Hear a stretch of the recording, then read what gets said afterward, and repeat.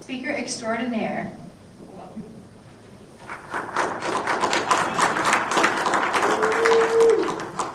Thank you very much. So I had the same quandary as I had at B-Sides Detroit, where I have a drink, I have slides, and a microphone. Unfortunately, 2 hands, so we'll just keep swapping. So I just put this in. So MISEC, if you're in the Michigan InfoSec community, if you want to come on Freenode, we hang out on IRC and have a real good time on there. We also have a LinkedIn group newly created, and just Google for MISEC, you'll find it.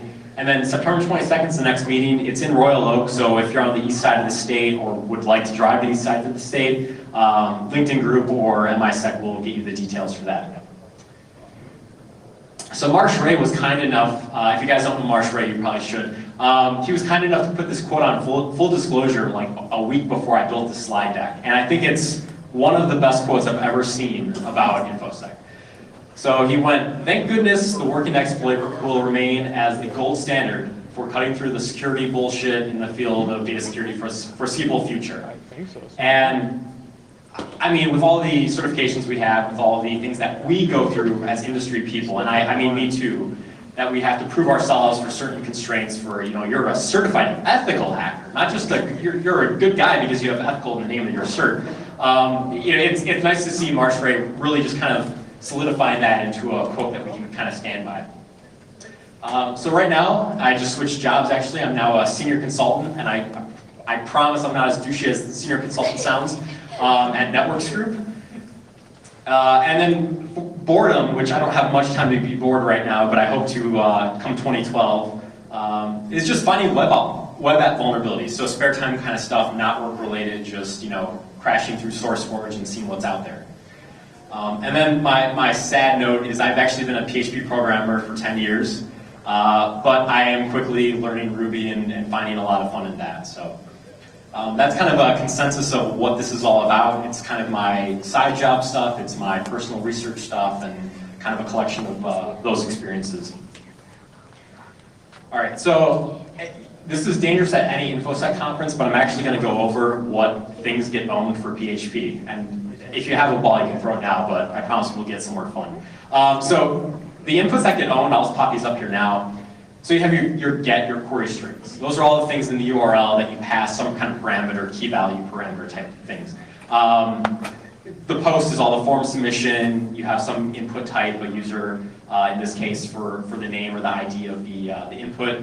And then the cookies are obviously the browser side, what you're passing back to whomever, whatever website set that cookie on your browser. Hopefully it was a website. So the common attacks that we work with,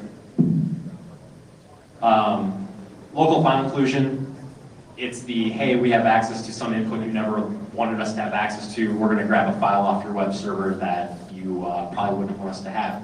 Now Etsy password is the de facto. Honestly, no one really gives a shit about Etsy password these days, or maybe never did, if you didn't have PWConf on your system. The SQL injection is the new hotness, or at least pretends to be in the media these days. Can you hear me okay on this? That sounds kind of weird. So the SQL injection is everything that, I mean, any lolsec thing you've read about, any common thing in the last, 4 months, all the June stuff we went through in InfoSec community, all the media requests some of you guys probably had to field for people wanting to do interviews, has probably been about some kind of SQL injection. And then the authorization authentication bypass is my favorite, just because you skip all the semantics, you skip all the bullshit, you just get right to logging into a site that you never had a username or a password for. It's a lot more fun that way. And we're going to go over a couple of these during the presentation, but the reality is a lot of InfoSec people, you might be in the networking side, you might be in the policy side. So, some of this might be precursor stuff for a lot of you that you're tired of hearing, but for some in the audience, maybe this is useful info. So we'll cover a bunch of this and see what happens. So the basis of this talk and how it's kind of laid out is there's a couple sides to everyone's career. There's the, I do this for a job, I have to do this because that's what I get paid to do. Then there's the, I do this on my spare time because it's an interest. And then there's the stuff that you just happen to see.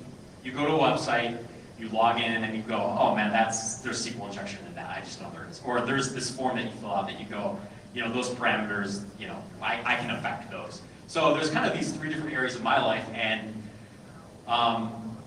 These things just kind of happen even if you aren't looking for them to. In this case, this was me looking for something because until recently I was a senior Linux engineer for a company. And a lot of our deployments, something people don't think about InfoSec is that, even if your job title isn't senior InfoSec analyst or pen tester or this or that, InfoSec really should be the responsibility of everyone in a given IT profession for their angle. So in my situation, we were going to host a PHP website for this financial company. It was going to be a Forex-based trading type site. You would get your financials, be able to do trades, get your statistics for your, whatever you're doing. Kind of sensitive data, right? So we had a launch date, and I looked at the website just kind of in passing because I was making sure that, Apache was running, all that kind of stuff you do. When I went there, it's just one of those websites that you look at and it just screams at you, I'm vulnerable. So upon further review of the code base based on just saying, hey, client, would you like a free quick audit to make sure everything's copacetic? If you have a client that's at all sensible, they go, free? Sure, yeah, let's do that. I mean, it was probably minutes into it that I just knew that we were in trouble and that launch date wasn't going to get hit anymore. So unfortunately, the developer is just way beyond the phrase incompetent, like to the point of kind of scary.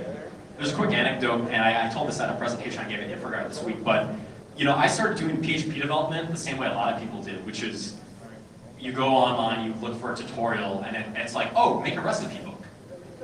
The problem is, in programming, the recipe book mentality doesn't leave certain people. They keep programming applications as if they're all recipe books with no private information, with no authentication mechanism needed. It's like, it just doesn't occur to them that maybe you start learning one way, but you have to progress your skill set to meet up to the expectations of the industry you're working in. In this case, this is a good example of when someone doesn't do that. So vulnerabilities found, and really most of these were found in the, really in like the first 5 to 10 minutes. So you can adjust membership level, so that maybe that's like an incentive to buy a higher membership. Not a big deal, but a nice exploit. There was actually a hard-coded default password in the code. And if you hit a certain URL, which I think I have a slide for that, it would set every single user's password to one password. Sometimes you talk about, like, in maybe more of a literary context, like, oh, the backdoor in that system. This was literally a backdoor in the system. He actually made a backdoor to set passwords to one value. It's kind of unheard of from what I've dealt with anyways. You can change any password to any value you want. So pick the admin account, change their password, log in as admin. Delete all user accounts if you're feeling especially bored that day. The ACH, Automated Clearinghouse, so if you ever have to do transactions online, it's probably going to be through ACH. You give bank account info, you do a transaction, it runs it through whatever bank. Just take all their account details at one whole shot, get all the usernames, passwords, mailing addresses, anything you can think about a user. But the showstopper, and why this is all irrelevant top to bottom until this one, is you can just create an administrative account for yourself. You don't have to do anything like backdooring X, Y, and Z or doing SQL injection. You can actually make a password you know of for an account with administrative privilege for that system. It takes away from all the other ones a little bit. So clown shoes. Clown shoes was a term I heard a couple years ago at another IT job. And there's actually Urban Dictionary, so I cited my source. Something or someone that is a total joke. And this is clown shoes top to bottom, right? So, really, some of this conference and some of the other places I presented, a little bit of is about the technical aspect, right? Not just a funny story. So, if you look at the top part, there's the snippet of code you have. If you look at the middle part, the thing about this and the thing about some stuff people are doing lately is they treat every URL as if somehow it has some kind of intrinsic protection from replay attacks or sniffing or this or that. That URL, if you typed in that literal URL to that web application, that I've kind of obscured obviously, it would just run that as the function you see above and execute what you see. There's no authorization. There's nothing to prevent you from just opening up wget or curl or anything else and just running that URL and doing what you want to do. So in this case, there's no authentication. There's no audit trail either, which is one of those weird ones, like a secondary thing to having shitty code to begin with, but there's no way to know that someone created an audit account from X IP at Y time. You just know, oh, hey, there's a new account, great. And then clearly, and this is the big takeaway too, that in any situation with SQL injection or a lot of like, LFI or otherwise, no one's sanitizing, no one's escaping, no one's doing any kind of placeholder, parameterized SQL queries. It's just straight data input, and what you get is what you get. So a lot of failures in this example. Here's another one for you to chew on for bad code. This one's going to be a straight SQL injection where if you see the where reset key equals reset key, there's no escaping sanitization. What I like about this, though, is if you notice for the MD5 string, they actually do a DB escape, which is a legitimate function they've built in to do sanitization of that string in some way. So why did they not do it on the reset key? This is the kind of code you look at and you go, oh, well, they're doing best practices, they're escaping strings, and then you see a second parameter that maybe they added the reset key later. Maybe they thought the reset key would never be attacked. It's always those things that the programmer just has like this disconnect from InfoSec. What would the attacker do? What would the hacker do? And it's just one of those things that I guess fell through the cracks for them. So the exploit then is you just set all keys to whatever value you want. In that case, pass1 would be your actual password. So every single user's account is now a test. Okay. Again, SQL injection doesn't sanitize all the data, yada yada yada. And the third one for this is the I don't know if any of them are better or worse, but as far as the code goes. But in this case, you can actually just make your administrative user. So you pass to this module admin users. You add a password of test, an email of a@b.com. There's no password. There's not even like an email confirmation. You just put whatever arbitrary data you want in. You go back to the login form, and now you're a@b.com with the password test. It doesn't matter. So in this case, another example of just terrible code, terrible execution. What's interesting about this one, and why I thought this wasn't vulnerable at first, is if you look at the top, it looks very scary and secure. They're doing an is super user function. They're seeing, oh, are you an administrative user? Are you allowed to do these things? What turns out, if you go through the rest of the code, that whole function at the top is just setting this client ID variable. That client ID variable has no bearing on whether or not you can execute this function, no bearing on whether or not you can create an admin user. It's actually just to put the were they an admin basically into the database table at the time of rendering that user. As the attacker, I really don't care what they think of me. I have the account, and nothing else really matters at that point. So it's one of those things that you just stare at it and you go, why would you do it this way? Why do you think that makes sense? Why do you think this is going to protect anything? And then no audit trail, so you can make admin accounts without ever knowing who added the account in the first place. So the remediation of this, and this is for a client again, and it's a client that had a firm launch date. They've been putting way too long amount of time probably in developing this product that's just buggy as all hell. So, protecting their ego a little bit in the process is kind of a good idea. Because you want them to be a client, but you can't, in good conscience, let people subscribe to this website that they're going to have their financial details on. It's, kind of a question of ethics at that point, or just, general logic. So, in this case, they actually did fire the developer. The person who they hired and fixed it, they fixed it, like changing things to, is this an integer, is this, so it was kind of half-assed, but they got it fixed ultimately. Now, what's scary about this, and the caveat I don't have in here, is that about a month later, they contacted us, and they said, well, we have this thing about the credit card portion that's not quite working, and we'd like to get it fixed. So I said, well, I have a lot of good PHP programmer friends. They'd be able to knock that out for you in an afternoon, no big deal. And he says, no, we're going to hire the guy we just fired. So I'm sitting around going like, this is over email, I'm like sitting, so you are going to hire back someone you just fired. So they have like a vendetta, they're already pissed off.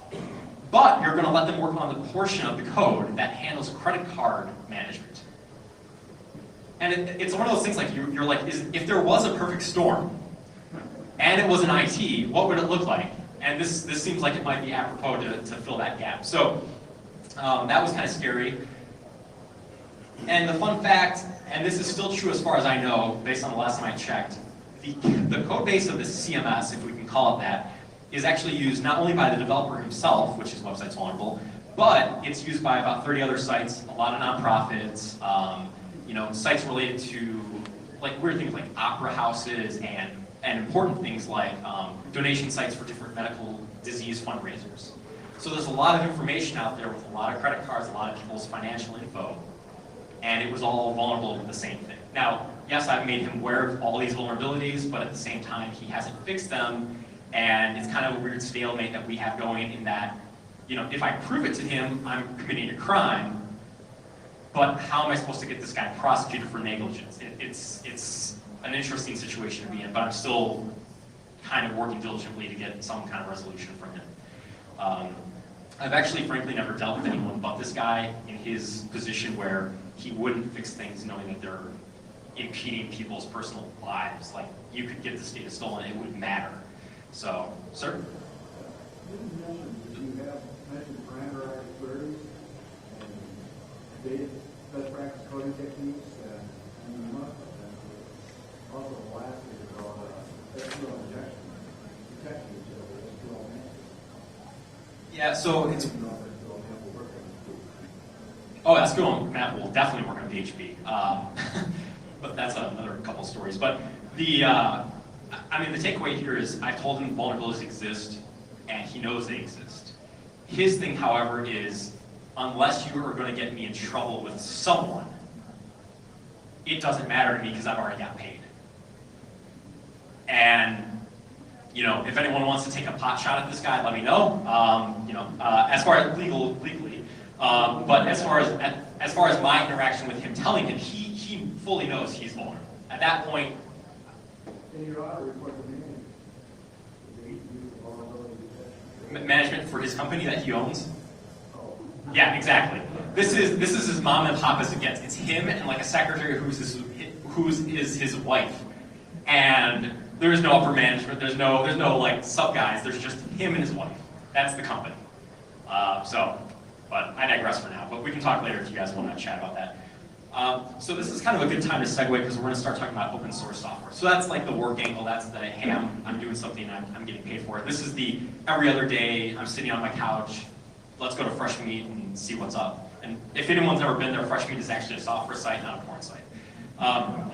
So CVEs, this is one of those things that you'd think I would have known a long time ago, but it stands for Common Vulnerabilities and Exposures. MITRE is the organization who actually kind of operates the CVEs, takes in the requests to make a CVE. And CVEs are just kind of a unique identifier for all these software package vulnerabilities, so that if you go, this company has this vulnerability, I can quickly map back as a Linux engineer and say, oh, this version of OpenSSH isn't vulnerable to that, or yada yada. Within the fact that MITRE gives you, responsible disclosure is supposed to be an aspect of that, so you shouldn't be the guy in full disclosure who's going, I just popped this website, they're running this version of WordPress, here's my exploit, go own them. That's not really what CVE is for. It's the, I email WordPress and say, I found a vulnerability in version 3 whatever, I'm planning on releasing a disclosure in 2 weeks. Is there something that you can get out before then, or do you need me to push my release date back? So it's that responsible disclosure. It's still disclosure because you're saying, hey, there's a problem, you're not just hiding it. But you're working with the vendor to get a patch set out first before you put people in kind of the danger of that situation. And something I ran into personally that I really didn't think of before was that when I've released vulnerabilities, sometimes people have found them already, and they've released them to the vendor already, but never released them publicly. So by having a CVE, you can kind of make that unique mapping between a problem and a vendor product or whatever. So it makes it a lot easier to do disclosure when there's that kind of tracking. And that's kind of the second point there. So to get a CVE, and whether or not you want to go this route, just some good info if you ever have to, you have to find a vulnerability, so that's positive, at least for you. The next part is you should probably talk to the vendor to say, is this vulnerability? Because no one's perfect, and sometimes you have a set of scope you do some kind of vulnerability assessment of this application. Turns out you did it in a flawed way. Turns out you did it in a way that went against their install doc. Turns out you did. There's a lot of separate things that you could have done wrong that might actually make it not a vulnerability worth releasing publicly or even fixing for that matter. So talk to them first and see what's up. Once you actually confirm, yeah, this is a vuln, we're going to fix it, you can talk to a CNA, which is basically just a person who's going to give you a number. Steve at MITRE is the guy I always talk to. You can post a bug tracker, FD, or whoever you want, and they'll usually find a contact on there and get you a CVE put out. And I do mean ideally for this case. Ideally, the vendor cares and fixes the issue. We'll talk about an issue or a situation where that isn't the case. Release your advisory. So the CVE should be included in every docu release, every post to bug track, every post to full disclosure, every post to your personal blog, because it helps actually index. When MITRE goes back and actually looks for these links, it'll actually index it with your CVE where these things were released at. And then you can also help them out by providing links directly back to them. That'll make it easier for them to kind of host this data all in one place. So that's the warm-up lesson about CVEs and how it relates to this next part. You know, PHP apps, as long as I've been a developer, it's one of those things that if you start coding a language, if you're a security person, you start looking, how do I secure that language? And if you're everyone else, you make recipe books for the rest of your life. So on SourceForge or Fresh Meat, on any given day, even projects that have been around for 3, 4, 5 years, if you look, my average, honestly, and I've actually documented this for some sick reason, 1 in 20 PHP apps I found a vuln in. So if you're really bored and you want to do some, InfoSec research or something to spend some time, just look for some PHP apps. CMSs are beautiful because other than the big 3, usually it's pretty easy to find one that has some kind of vuln in it. Oh, look, I got a text. Oh, that didn't come up. That's sad. So not everyone releasing software, turns out, is actually good at doing it. Sometimes we have like this misconception in the open source community that if someone releases an app, they're qualified to do so. Even if it works well for your purpose, that doesn't mean that they're actually a qualified developer to release code. It just means they've released code and you've downloaded and installed it for some reason. So even projects, and the first example I think is going to be a good example of that. Anyone ever use WSN links or any of the WSN products? Okay. So WSN's been around for a while. They have like forums, they have like link aggregators, all these kinds of different products, and they've been around for, I don't know, 6, 7 years probably. It's one of those things that you go, well, there couldn't possibly be, or we've gotten past the point of SQL injection, or we are sure that this isn't an issue anymore. And then you actually look at a website and you go, oh, hey, there's SQL injection.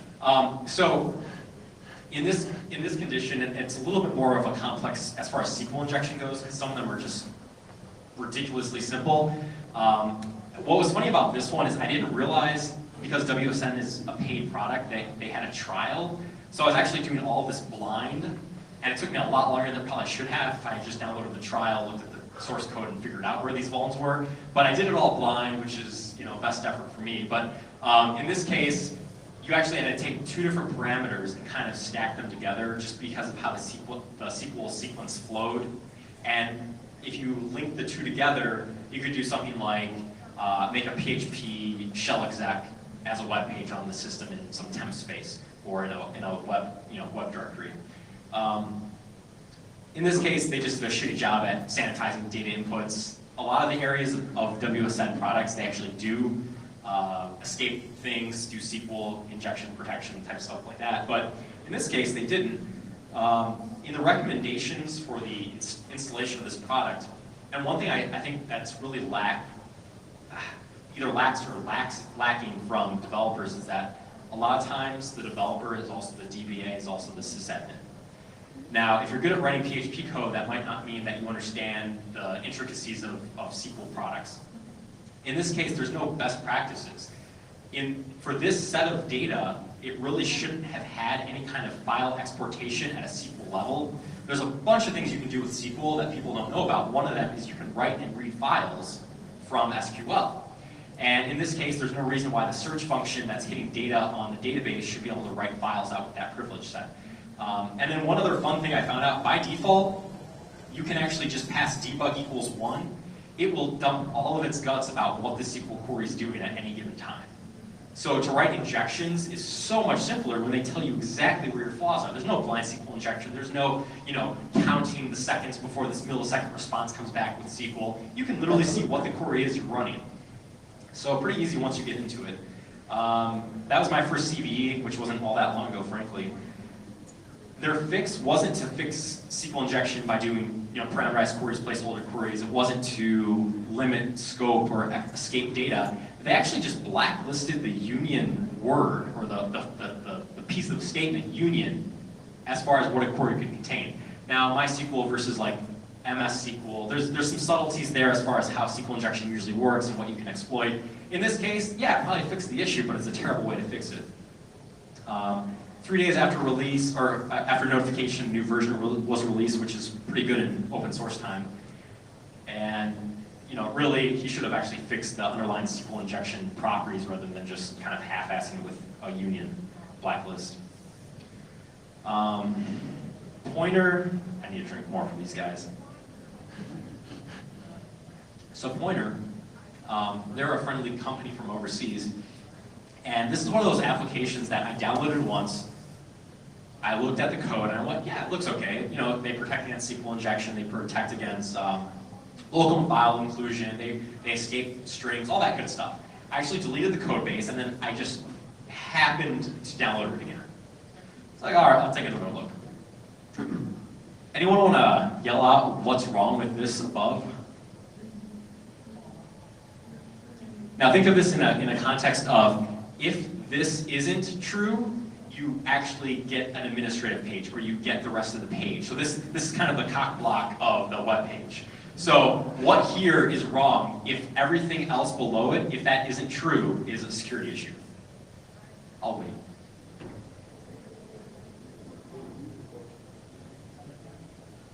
So what about the A-user portion?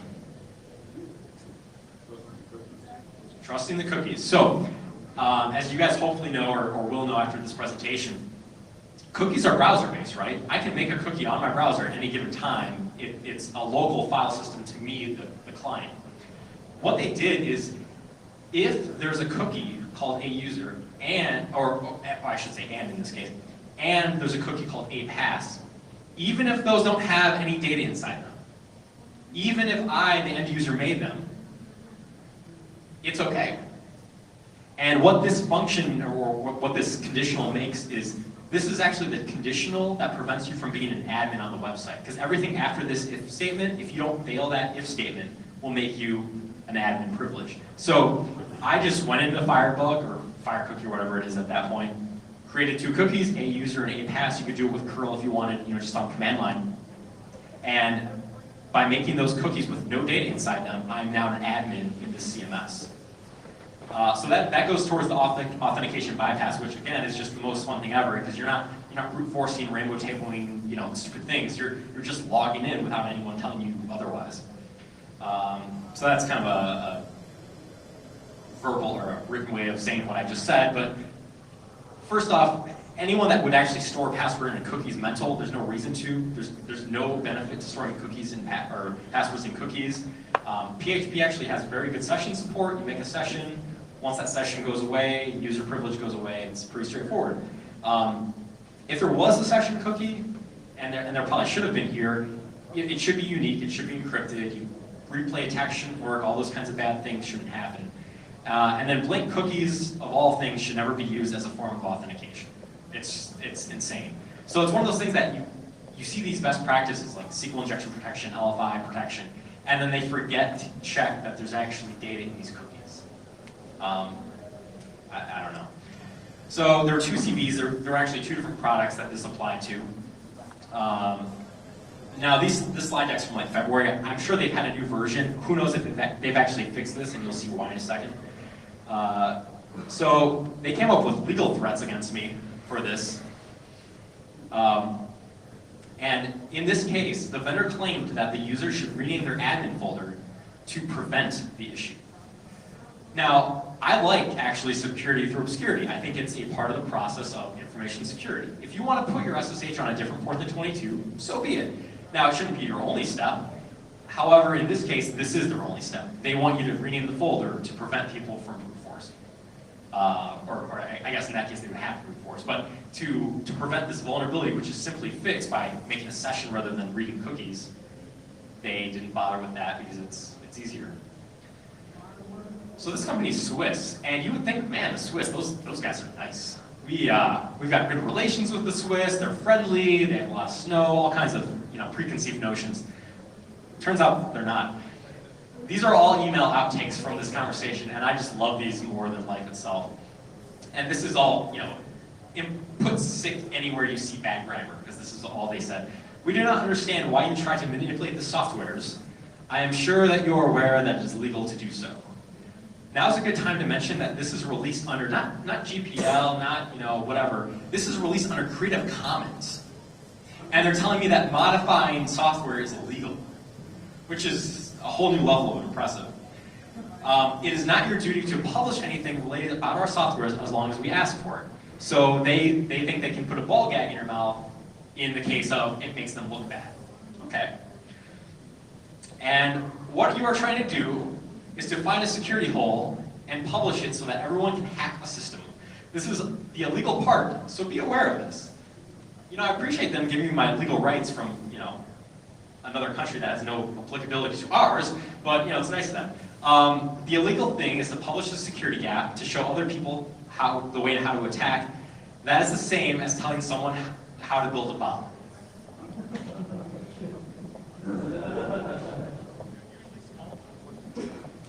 So I think the only thing consistent between this speech the last 3 times I gave it was, how the fuck do you compare a CMS exploit, something no one has ever used, and probably won't except for me, to building a bomb?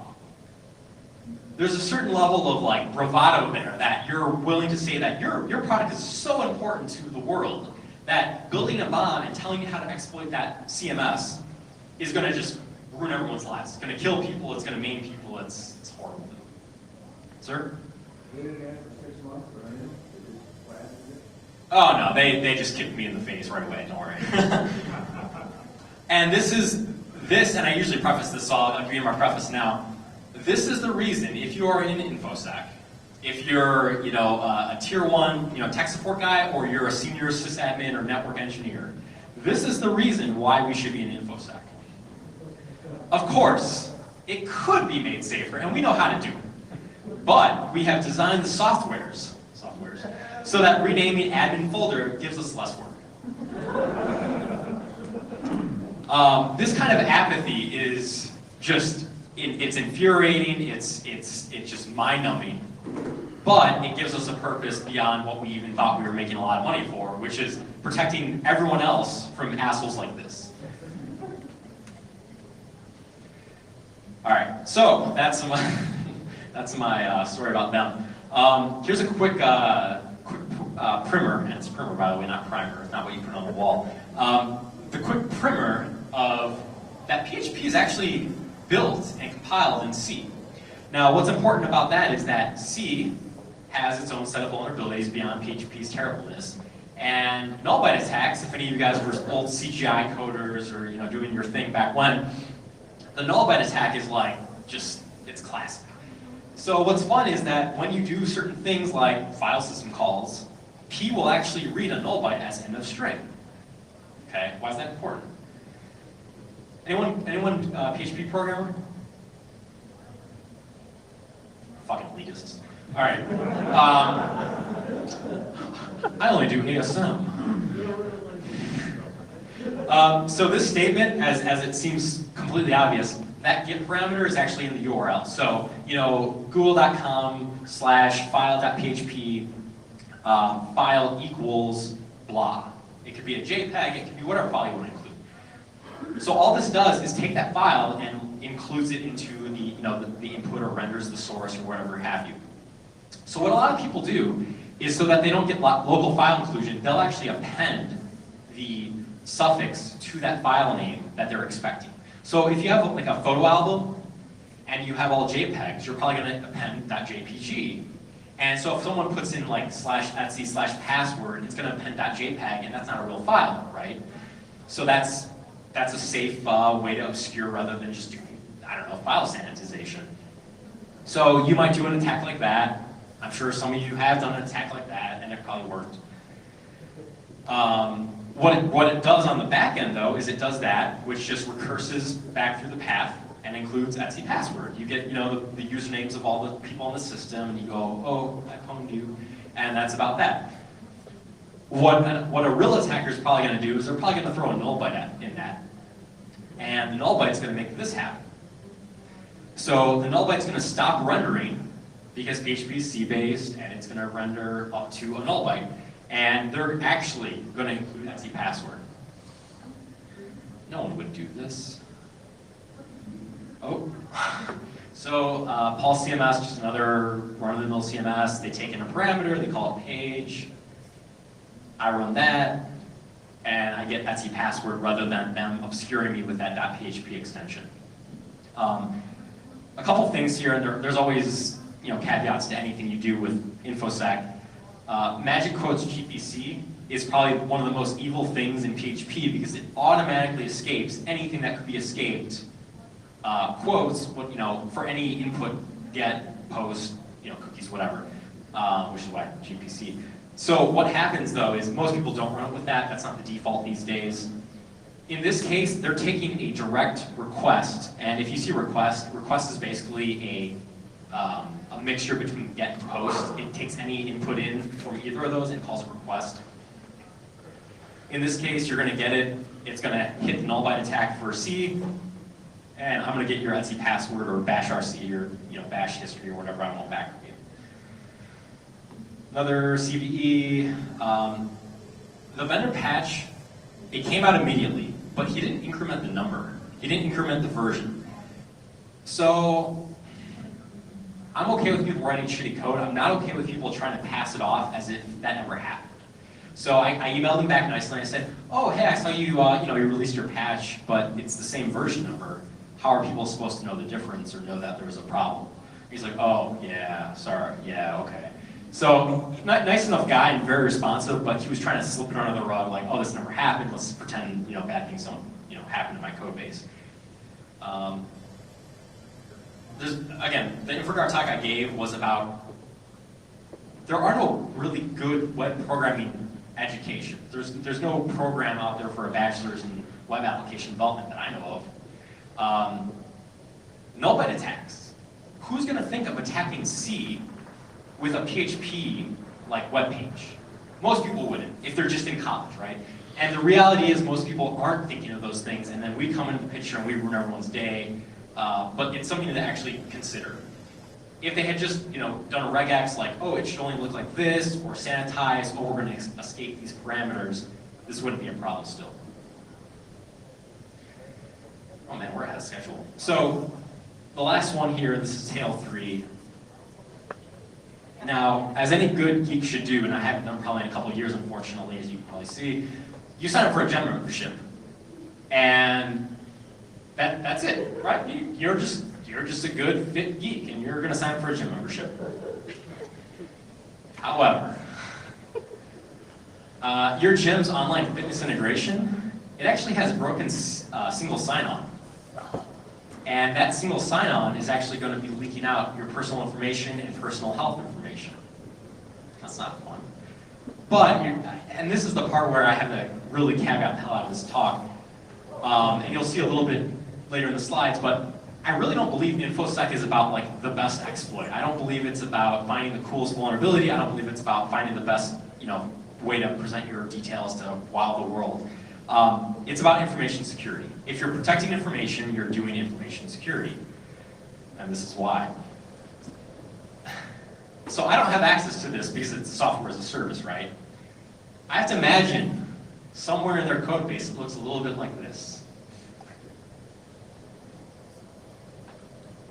If you pass, and this might take you guys back to some Citibank stuff recently of this year, if you pass any integer, and that integer links to a real person's account, it will give you the entire detail set of that person. It will log you in as if you are that person. There's no authentication, there's no authorization, there's no single sign-on token, there's no anything that you can imagine in the InfoSec world. You just become that person. So it sucks because they just completely skipped over the whole single sign-on thing. I logged into my gym, but this third-party integration site, there's a complete disconnect between them and me. And I've worked for companies that do software engineering. I've worked for companies that I've done security audits for. There's no way anyone could have ever tested or QA'd this. It's just, it's one of those things that you stare at. And this is not the last time I ever saw this. There's actually a very major organization, which I'm not allowed to release at this time, that did the same thing with literal presidential candidates with their information, including the last four of their social security number published. So what I did, if you've ever made that curl script in Bash, you just take n number of rotations of that, start at some number, and of 10,000 IDs, I just arbitrarily sequenced 2,700 accounts of the 10,000 existed in activated or unactivated state. So you're thinking unactivated, that doesn't sound important. We'll get to that in a second. Of 1,000, so this was the second script I decided to do more generically. Of 1,000 member ID values, 76 were activated. Of those, 1 had a picture, 8 had a phone number, and at least 1 had a medical questionnaire filled out, including things like, I recently was pregnant, I have diabetes. If anyone in here is in the medical field, HIPAA's just punching you in the face right now and making you sad. Unactivated account. So what unactivated account means, and this was me, you've signed up for a gym membership. You've never signed up to this other third-party integration site. You've never checked that consent box. You've never done anything. They already have your information. They already have your first name, last name, date of birth, gender, and email address. You've never consented to any of this. The reason I know that is because when I went to the sign-up form, if you click, oh, I would like to maybe sign up or something, and before you get to the terms of service, all that kind of SLA stuff, if you look in the form, your information's pre-populated in there, okay? An activated account, however. Photo, first name, last name, date of birth, gender, email address, phone number, height, weight, body fat percentage, time zone, gym membership, company, workout schedule, medical history, including blood pressure issues, heart problems, recent surgery, pregnancy, diabetes, and other things. So if you're, I don't know, a stalker, and you find someone's photo, and their full name, and their phone number, and which gym company they're with, you find out their workout schedule. They literally ask you, 9 to 5, when do you work out? Now I'm the creepy guy that's in the parking lot waiting for you to finish. I know what your face looks like, and I'm going to attack you. Now that may be a worst case scenario, but is it really up to this company to determine whether or not you're in that worst case scenario? One of the interesting things, and I did a quick just like grep regex situation of, I didn't look at people's personal info because I really don't want to know that stuff. I looked for email extensions, right? There were people with government agencies, there were people that were with Oracle proper, there were people with a lot of big companies that, who knows, maybe they're on a board somewhere, and maybe the public doesn't know that the person on the board right now has high blood pressure. Maybe they don't know they just had an angioplasty. Maybe those are the things that come out that why HIPAA exists. It's not your information, and if it comes out, maybe it's harmful. So the company that I reported this to, it's a small company, but it has a very international reach, unfortunately. I just contacted him. I got his voicemail, literally. So I'm like, hey, I sent you an email. Would you call me back? We had emails back and forth. They all started very cordial, like, thank you for letting us know. We really appreciate it. It's important to us to protect numbers. And then as we went back and forth, all of a sudden the CC list got a lot bigger. Weird. So lawyers got added, execs got added to the list. It got kind of interesting. But what I did for myself is that I constantly reaffirmed that, listen, I'm here to help. I noticed this. I'm a member. I'm a person with my information exposed right now. I want to let you know that in my professional duty, I have to tell you these things. And it took 3 weeks. 3 weeks that everyone's info was exposed by anyone with a 4i in 1 through 1 million script could steal all this data. 3 weeks. Oh, here's my animation for the presentation. So 90,000 people now for like the John Oberheids and Moxies of the world. That's not a big number, but you know it's interesting to be able to affect 90,000 people's lives. Their PII, PHI in a whole shot. It's kind of it's cool, and it's another reason why you know being in InfoSec is so important because you can't control those things. And here's my whole like CYA page or pages. Between me helping them and me committing a crime, very thin line. Probably crossed it a couple times, maybe went back, who knows. What I see a lot of people do, and this especially happens on full disclosure if you watch, people go, well, I'm gonna release all this data and that'll prove it to them. And they're posting with like their Gmail account and like their home address. And don't push people into a corner because just like an animal, they're gonna fight back and you're probably gonna lose. You're the college kid hacker that's trying to help people and they have an exec team and lawyer team that's gonna put you into the ground if you do that.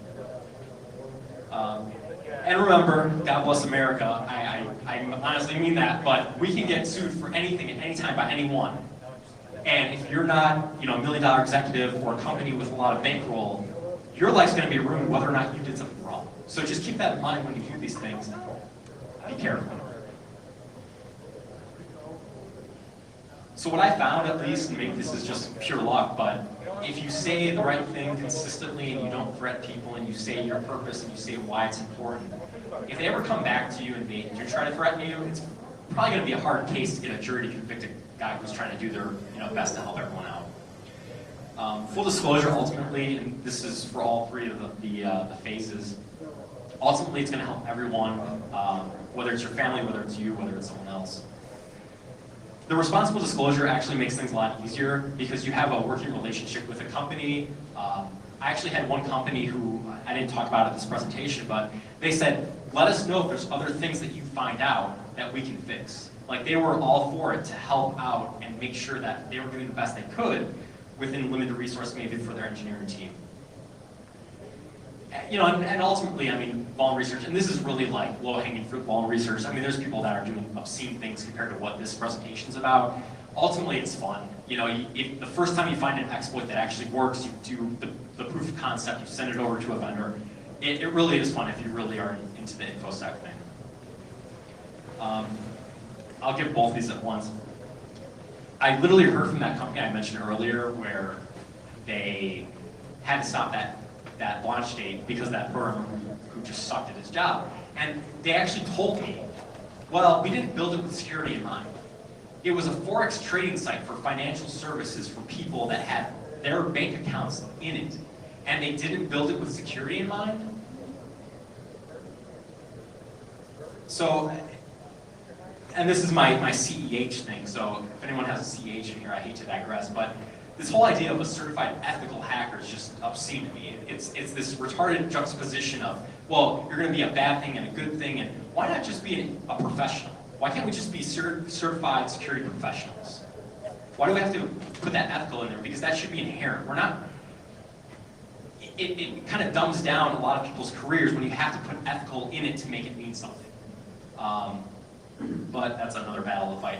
And ultimately, like I was talking about, it's not about how awesome your exploit is. At the end of the day, we're in InfoSec to protect information. However you do that, if it's a local file inclusion, if it's SQL injection, if it's authorization bypass, or if it's an integer flip in a URL, you're doing InfoSec. And if you're protecting 90,000 people by telling them something as stupid as that, good for you. So, I don't think John's in here, he's seen this presentation once or twice, but so John Oberheid, you guys probably saw him earlier, he's just crazy smart and a lot more impressive than this talk, I'm sure. But he helped me out with the whole CVE process. He taught me, how to go about it the right way and not piss anyone off in the process.